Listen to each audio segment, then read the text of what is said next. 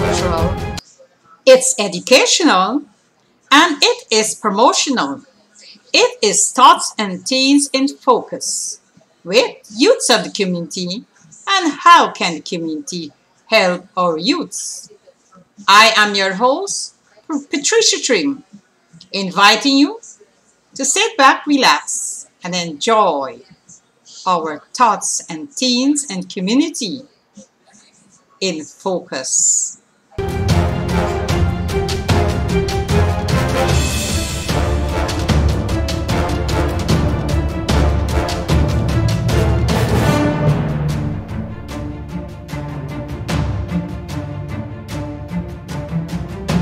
Tots and Teens in Focus. I'm your host, Patricia Trim. Welcome you to another edition of Tots and Teens in Focus. Today, I have a very special guest, and she's no other than Miss Laray Brown, the CEO of Brooklyn One Hospitals. She will give us more information about her career, about her childhood days, and also about the job that she holds as a CEO. Miss Laray Brown, welcome once again to Tots and Teens in Focus. I know that you're not a tot or a teen, but you're just right for this occasion. Welcome once again. Can you tell us more about yourself?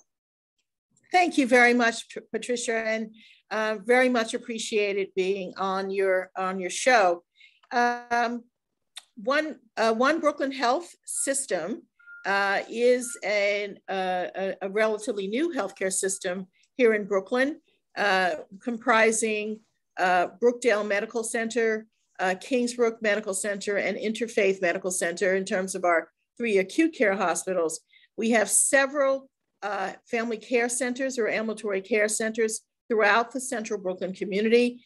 And we also operate 2 very large nursing homes of approximately 900 beds. So we're a relatively large healthcare delivery system, basically having had these 3 independent hospitals coming together over the last handful of years.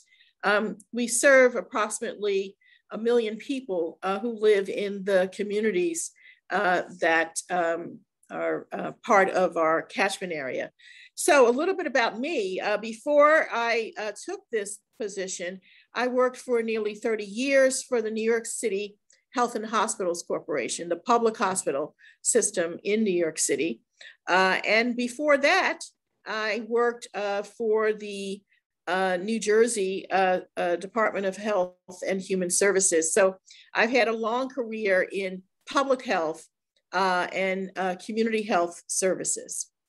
I am very much, how should I say, very proud to be the first African-American woman CEO of a healthcare system in New York, both the state and the city of New York, and extremely happy to be working in the borough of Brooklyn.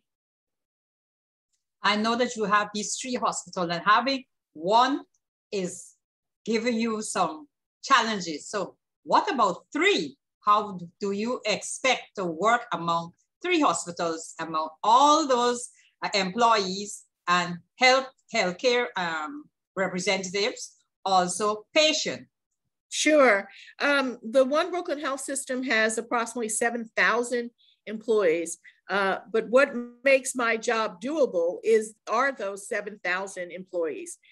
One person cannot run a single hospital and absolutely not be responsible for the operations of 3 hospitals and nursing homes and health centers. It's really all about having a capable and committed team of leaders and a very, very capable and compassionate and empathetic team of healthcare workers. Okay. Why now all 3 hospitals are in one? We know Brookdale was by itself, Kingsbrook was by itself, INTERFAITH was by itself. So what's the reason that all 3 came in one? Well, throughout the country, it really has become very much the practice of small independent hospitals really coming together to be a healthcare system, and particularly in the borough of Brooklyn, where we have, or historically, the three hospitals, Interfaith, Brookdale, and Kingsbrook, were competitors, right? Competing for the same physicians, competing for, in some instances, the same patients, competing for the resources from the state and other funders. We are a system that is considered a safety net hospital system, meaning most of our funding, our revenues, come from government sources, Medicaid, Medicare. And as standalone safety net hospitals, as I mentioned, we were competing against one another. As I like to say, all competing for that $1 when we really needed 10. So coming together as a system enables us to not only work as partners, but also look at the needs of our community in a way that assures that we are not being repetitive or redundant, or having services that are not coordinated, and so that we can be using the resources we have more effectively and more efficiently to better serve the communities for which we have responsibility. Would these hospitals be private, or would they be public hospitals? They're considered private hospitals, Okay. Private non-for-profit hospitals, differentiated from our sister hospitals from the New York City Hospital or Health and Hospitals system, which are public or government operated hospitals. But we share a lot with our public hospital partners in terms of the type of patients we serve, in terms of many of our patients being insured through Medicaid, some of our patients being having no insurance, and a number of our patients having Medicare. So and that's why I said that we are safety net. Because of that, we have a very small commercially insured patient base. And when I say commercially insured, private insurance. I know you said Medicaid, Medicare, and no insurance. What is the difference if you don't have no insurance? How does the hospital function? Well, all hospitals in the state of New York have a responsibility and, frankly, an obligation to provide healthcare services to patients who may not have health insurance. Frankly, all hospitals in the country must provide emergency medical services to individuals, regardless of their insurance status. In New York City, the principal provider of services for people without any health insurance, of course, is the public hospital system.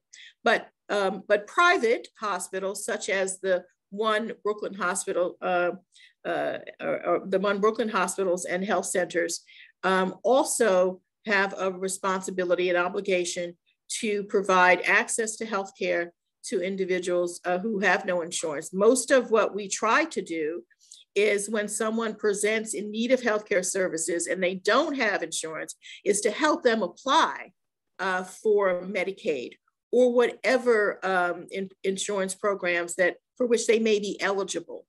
And our staff are very successful in doing that because in New York State, and particularly after Obamacare, many people are eligible for some type of subsidized healthcare insurance, if not Medicaid, by virtue of having an income that may be above the Medicaid standards. There are programs because of Obamacare that allow for folks to have a level of insurance that fits their needs, but also is somewhat subsidized. How effective now is Brookdale Hospital? Because, you know, couple years back, it had a very a name not of people just going there and die, because sometimes they go there when they're dying, and Brookdale get a name that Brookdale, because of not proper care, they die. So how effective now is Brookdale Hospital in the community? Well, what I would say is that that really was an unfortunate perception. Brookdale is a trauma center. And as such, you know, people come to a trauma center with really extraordinary health needs, extraordinary emergency, you know, crisis, or being in critical condition. That said, Brookdale has been able to achieve very much high marks in the provision of stroke care, in the provision of cardiac care. It's highly rated for its trauma care services.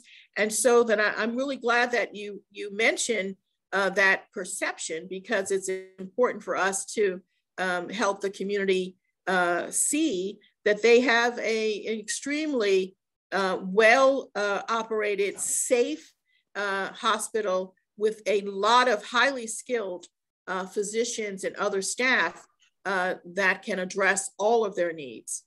That is very important to the community, because first thing people say, oh, don't go to Brookdale. And I say, when people go there is when they're dying. When they meet there, they're dead. So Brookdale get the name that they did not take care of the patient. So sure, I mean, right. Brookdale has gotten has gotten gold stars, so to speak, in the recent years from the state of New York as a provider of cardiac care, you know, within the top percentile. As I mentioned, its designation as a stroke center. So we save a lot of lives at Brookdale. So it's not about people coming there and dying. It's really about people who have the most critical healthcare needs being able to be treated in a healthcare facility that has experts in trauma, experts in critical care, experts in heart care, experts in stroke care. So what will be the difference now between the three hospitals, the special care that each hospital will have? Because now that you are one, probably you have different hospitals will be doing different scenarios that people can go to, if it's a cancer center, the stroke center, or sure, some other center. Yes, so as I mentioned, Brookdale is our tertiary care facility amongst the three hospitals, or the One Brooklyn Health System. Interfaith would be considered a community hospital. So we are not a trauma center, although we do have a 24-hour, 7-day a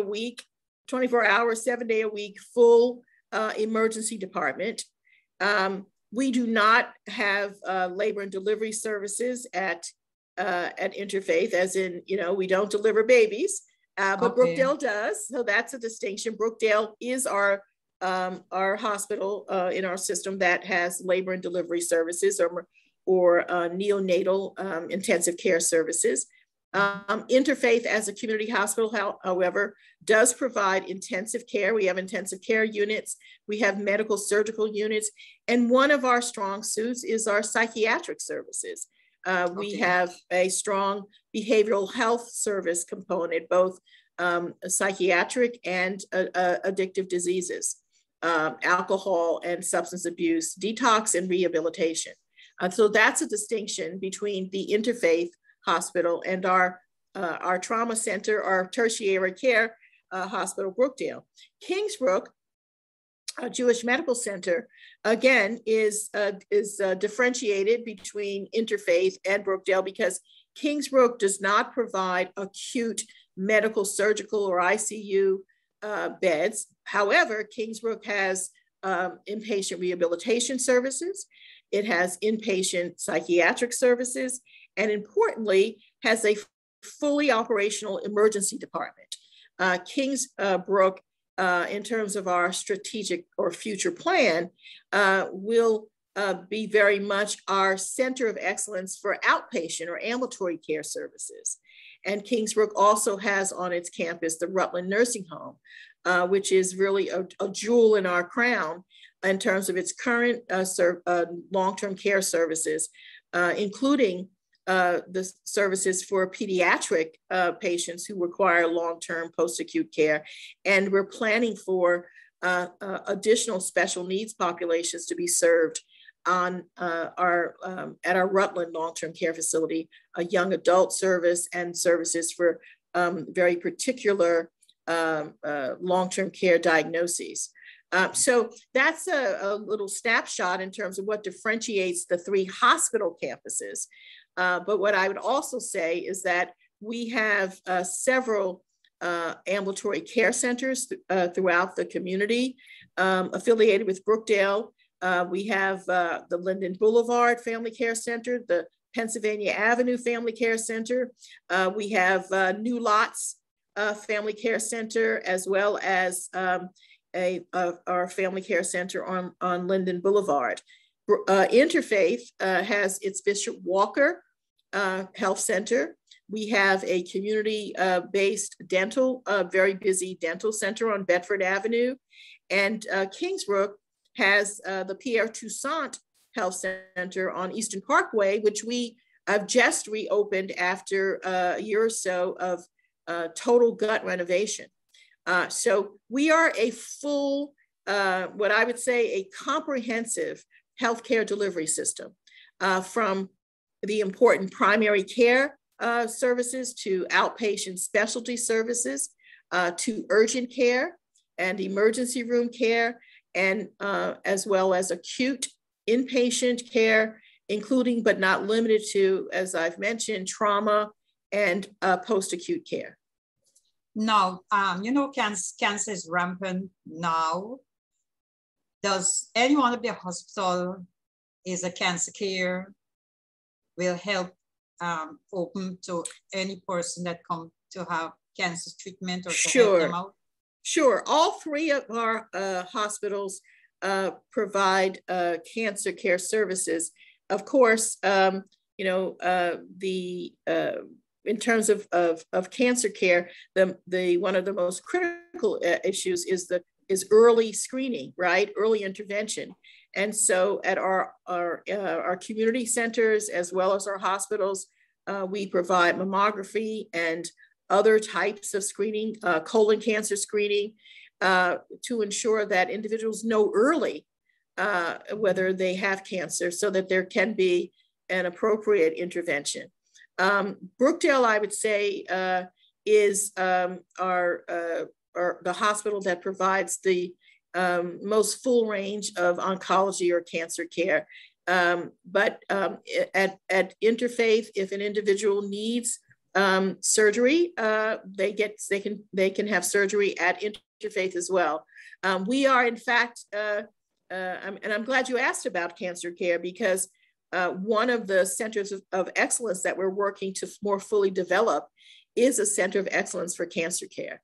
And what that means is that in the system, we will have a full range of service offerings in terms of screening, in early intervention, to surgical services, to ongoing radiation therapy, chemotherapy, and then post-acute care as part of our delivery system of a cancer center of excellence.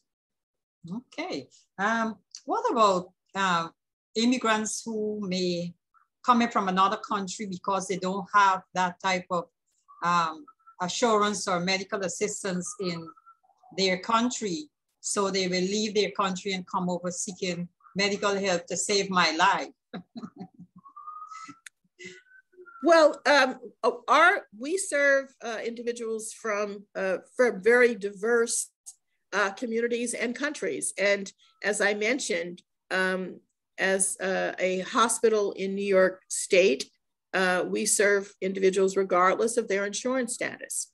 And as you know, the borough of Brooklyn is a borough of many, many immigrant groups, from people from all over the world.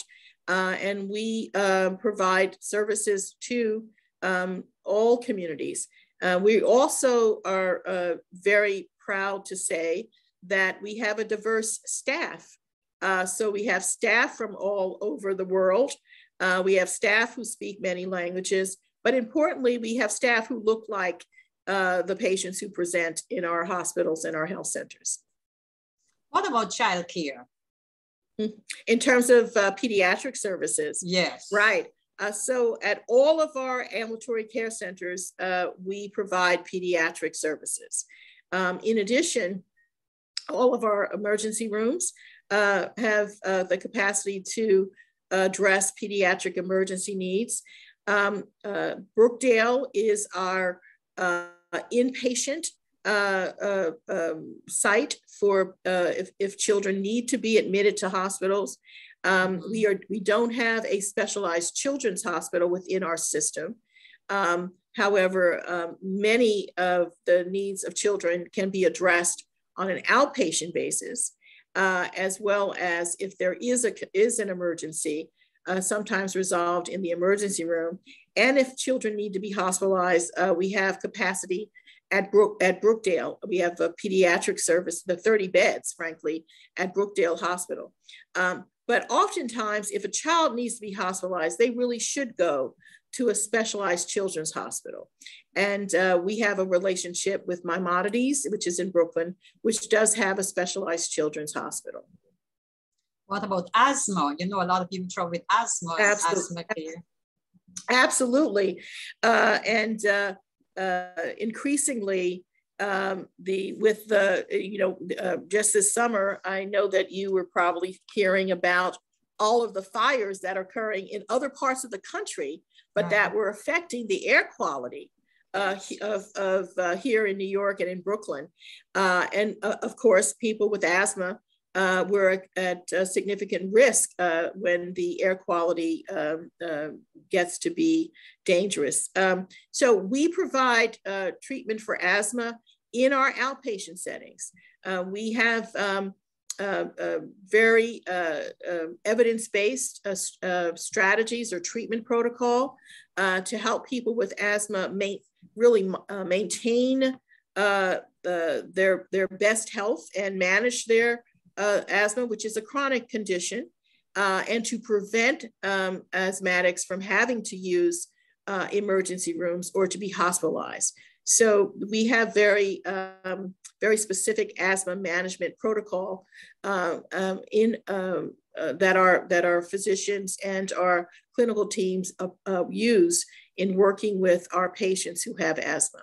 And in addition, our staff do a lot of community outreach and education to inform schools and folks who live in senior housing and other community settings about what is available at our community health centers, at our hospitals, to address not only asthma as a prevalent chronic condition, but also to address diabetes and hypertension, other issues that our community is confronted with.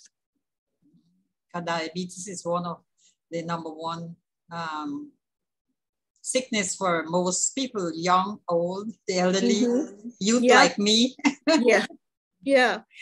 We have a very well-regarded diabetes management program at our Pierre Toussaint Health Center that has actually gotten recognition from the federal government.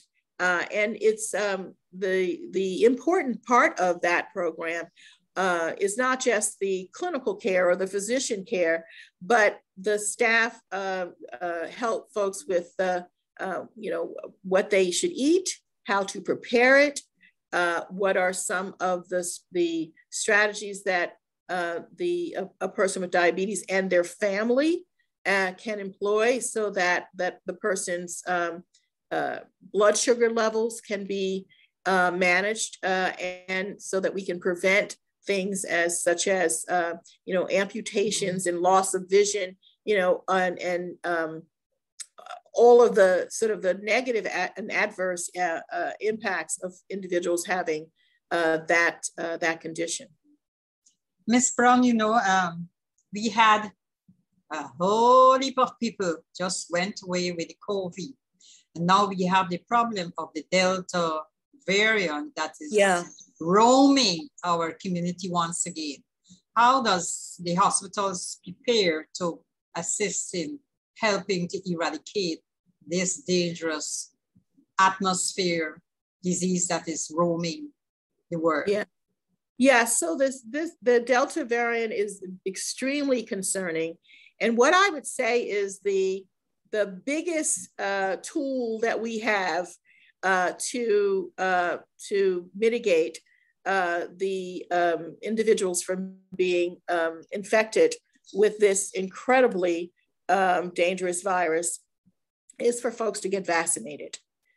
We have vaccines that are proven to be effective to not only prevent folks from being infected with COVID-19, but even if an individual is infected with COVID-19, because this Delta variant is being considered one of the most extremely contagious, that if you're vaccinated, the likelihood of your needing to be hospitalized or unfortunately to die is extremely lessened or decreased if you have been fully vaccinated.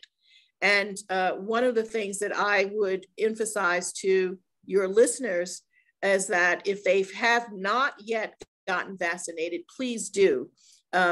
It saves lives, not only yours, but the transmission of folks who may have the virus and not have any symptoms is also a real consideration. And so we need as many people in our community to be vaccinated. The One Brooklyn, we've provided more than 90,000 vaccinations for folks in our community, and we're prepared to do more.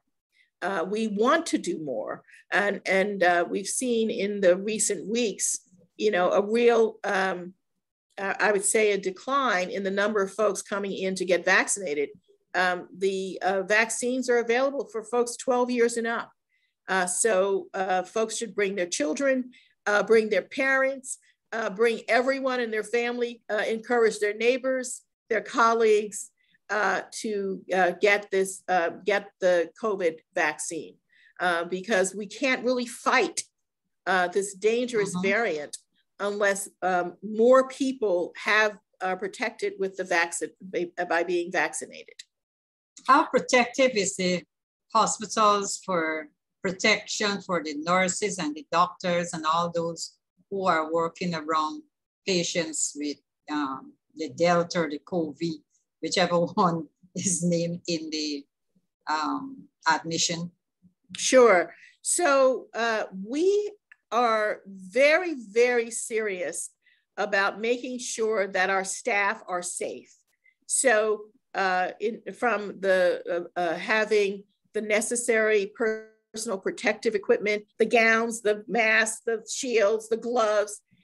We have very strict protocol that are of staff who are working with individuals who are in isolation, as an example, and what they need to do to wear masks and shields and gowns to protect themselves, and as well as, of course, in the patient. We require that masks are worn throughout the hospital. We have very strict and copious disinfectant procedures in terms of cleaning not only the inpatient rooms, but the areas throughout the hospital, elevator buttons and all that stuff. We also have rules that as individuals are coming in to visit, their families and friends must wear masks. Folks are educated as to the type of protective equipment they must use if they're visiting a patient who may be either has tested positive and or we're still waiting for the outcome of their test. But people were waiting in the emergency room or waiting in waiting areas. We have to practice social distancing. So all of those things are in place, not only to keep our staff safe, but to keep patients, visitors, and families safe. In addition, we have a campaign to make sure that our staff are getting vaccinated, right? Because our staff are human beings and members of the community. And so people have questions and concerns or hesitant. We are continuously providing information and updates about the vaccines, but also about what's happening in the city and the state and the rest of the country in terms of the COVID-19 and the variants. And so it's really a constant battle and a constant communication with our staff and our patients and our community about COVID-19 and what we've learned over the last 18, 20 months, since this virus has, come to be known and recognized. Ms. Brown, what's your experience as the CEO of these three companies? How do you able to cope with each administration coming into you? Well, I, as I mentioned at the start of our conversation, I cope. On a daily basis, depend upon great staff, Yes. great leaders, great managers. I also work very closely with our labor partners. Most of our staff are unionized, so it's incredibly important to have a great working relationship with the unions that represent our workers, our 1199, SEIU, the New York State Nursing Association, the Committee on Interns and Residents. Those are important partners to help us do our job. I also work very closely with other hospitals because, again, even though we're a system of 3 hospitals and a large nursing home, 2 large nursing homes and an array of ambulatory care centers, we cannot do it alone. So we have partnerships with federally qualified health centers who have long-standing relationships with the community. And we have partnerships with our colleagues at Health and Hospitals, Kings County Hospital, Woodhull Hospital in Brooklyn here, as well as with the University Hospital of SUNY. And SUNY, the medical school, and the school that is educating a lot of healthcare professionals. As a health system, we are not an island. We're part of an ecosystem, right? We have to work with other colleagues Yes. within the borough, and particularly if we want to improve the health of the people who live in Central Brooklyn. Ms. Brown, thank you for giving us this information of what goes on with it. Three in one, or one Brooklyn One Hospital. Now you are the CEO of this company. Behind every great CEO is great managers and staff. I just wanted to let you know that I do appreciate Brookdale was a part of my program for many years now. Miss Nicole's favors. Right. She would always make certain that I have the, at my health fair, I have Brookdale there. Also, Miss Sharon Devaney, she was able to be on our Woman of Power talk, and she was able to give out her advice. So when I called her back, she said, the best person to do this show, it's you, the CEO. And I'm so happy that I got you. And I'm happy that persons who will be listening will know that Brookdale is not the hospital that they thought it was, and they have a free explanation. They could come in to the hospital, they could call online, or they could go online, right? You have a website that they could go on to see what they can do or what they need to do if they would like to have any talk with managers or so forth. Right. What I would also say is that if folks want to get more information about what Brookdale has to offer, they should call 718-240-5000. And I also want to say, and I really, really appreciate your good words about Ms. Favors and Ms. Sharon Devenish-Lead, but we have a new executive director at Brookdale. Her name is Dr. Sandra Scott, and she is the first African-American woman to be the executive director at Brookdale Hospital. And so, you know, as they say, one can be the first, but one should not be the last. Yes. And so my commitment is to make sure that we have leaders within One Brooklyn Health who represent all of the community of Brooklyn. And in particular, making sure that we support and mentor our women of color and other leaders from our diverse communities, because we have that responsibility. In addition to having the responsibility of ensuring that our community can be as healthy as it can be, we have a responsibility to make sure that we help folks become leaders in healthcare. Thank you very much, Ms. Brown, for this beautiful information that will go around the world so people can know what Brookdale is and what the One Brooklyn hospitals are: Interfaith, Brookdale, and Kingsborough. So Kingsbrook, yes. Right? It's Kingsbrook. Yes. Kingsbrook, Yes. and they will be able to know the different categories that they have, which hospital is which, and where they can go, especially those on mental health.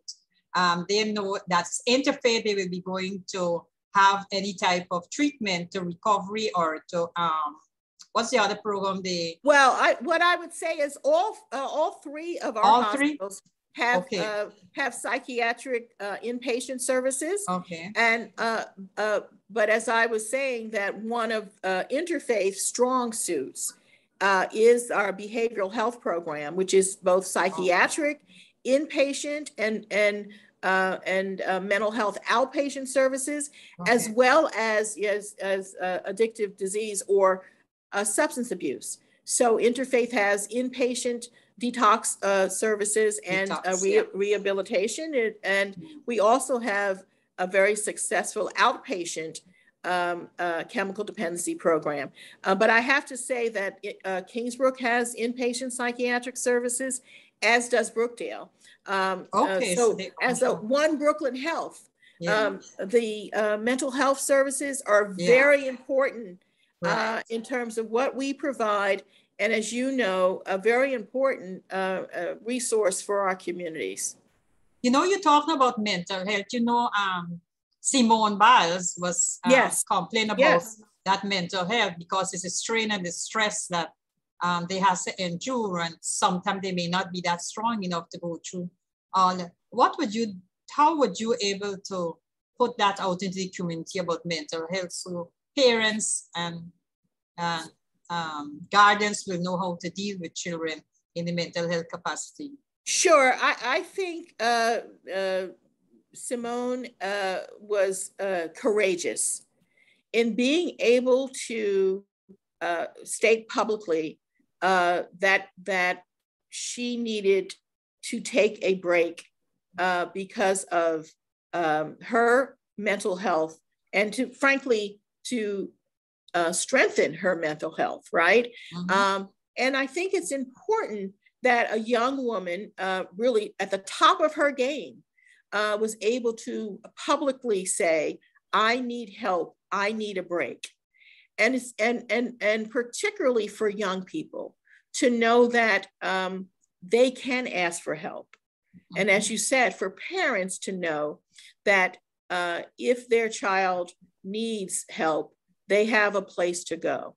And so at Brookdale, as an example, we have a child and adolescent inpatient psychiatric program. We also have a psychiatric emergency program, and we provide what's called a CPEP, which is essentially affords us an opportunity for up to 3 days to do a significant assessment of a youngster before that youngster may need to have a longer hospital stay. But what's important is not, everyone doesn't need to be hospitalized. So that should not be the first concern of a family or a parent or a young person. There are outpatient services that can be provided, and they should reach out, call Interfaith, call Kingsbrook, call Brookdale, and to know that they have these resources in their communities, because we want folks to not only be physically healthy, but mentally healthy. Mentally health is most important. Thank you very much, Ms. Brown, for this being on Tots and Teens show. And you're on Brickheart Media, and Tots and Teens on Brickheart Media. So I'm so happy to have you on. And I know that the staff of Brickheart Media will be happy to know that they can have information from Brookdale Hospital to be on their show. So thank you once again. And please say hello to Miss Nicole. Nicole Favors. Miss Favors, she always there. She never let me down. And Miss Thomas, Miss Sharon Devonish. And yes, and I will give them your regards, and I am extremely pleased that they are doing a great job. Yes. And I am very grateful for your invitation to be on your show. Thank you so much, Patricia. Thank you, Ms. Brown, for being on. And I will call you back again when things get a little bit more, so that let's talk more about the medical field and what doctors are in the hospital there that could give assistance. I'd very much like that. So please do. And I really, I believe it's so important that we introduce our doctors to the community at large. And so to feature so many of the wonderful doctors and nurses that we have in One Brooklyn, I think is important for our community to see and hear from them, and to know that they can trust One Brooklyn Health with their health care, because we are here to serve them, and we want to make sure that our communities know that we are a resource. Thank you very much. That was Tots and Teens with One Brooklyn Hospital and the CEO, Ms. Laray Brown, giving us information about the 3-in-1 hospital. Thank you very much for being with us. You have a great day.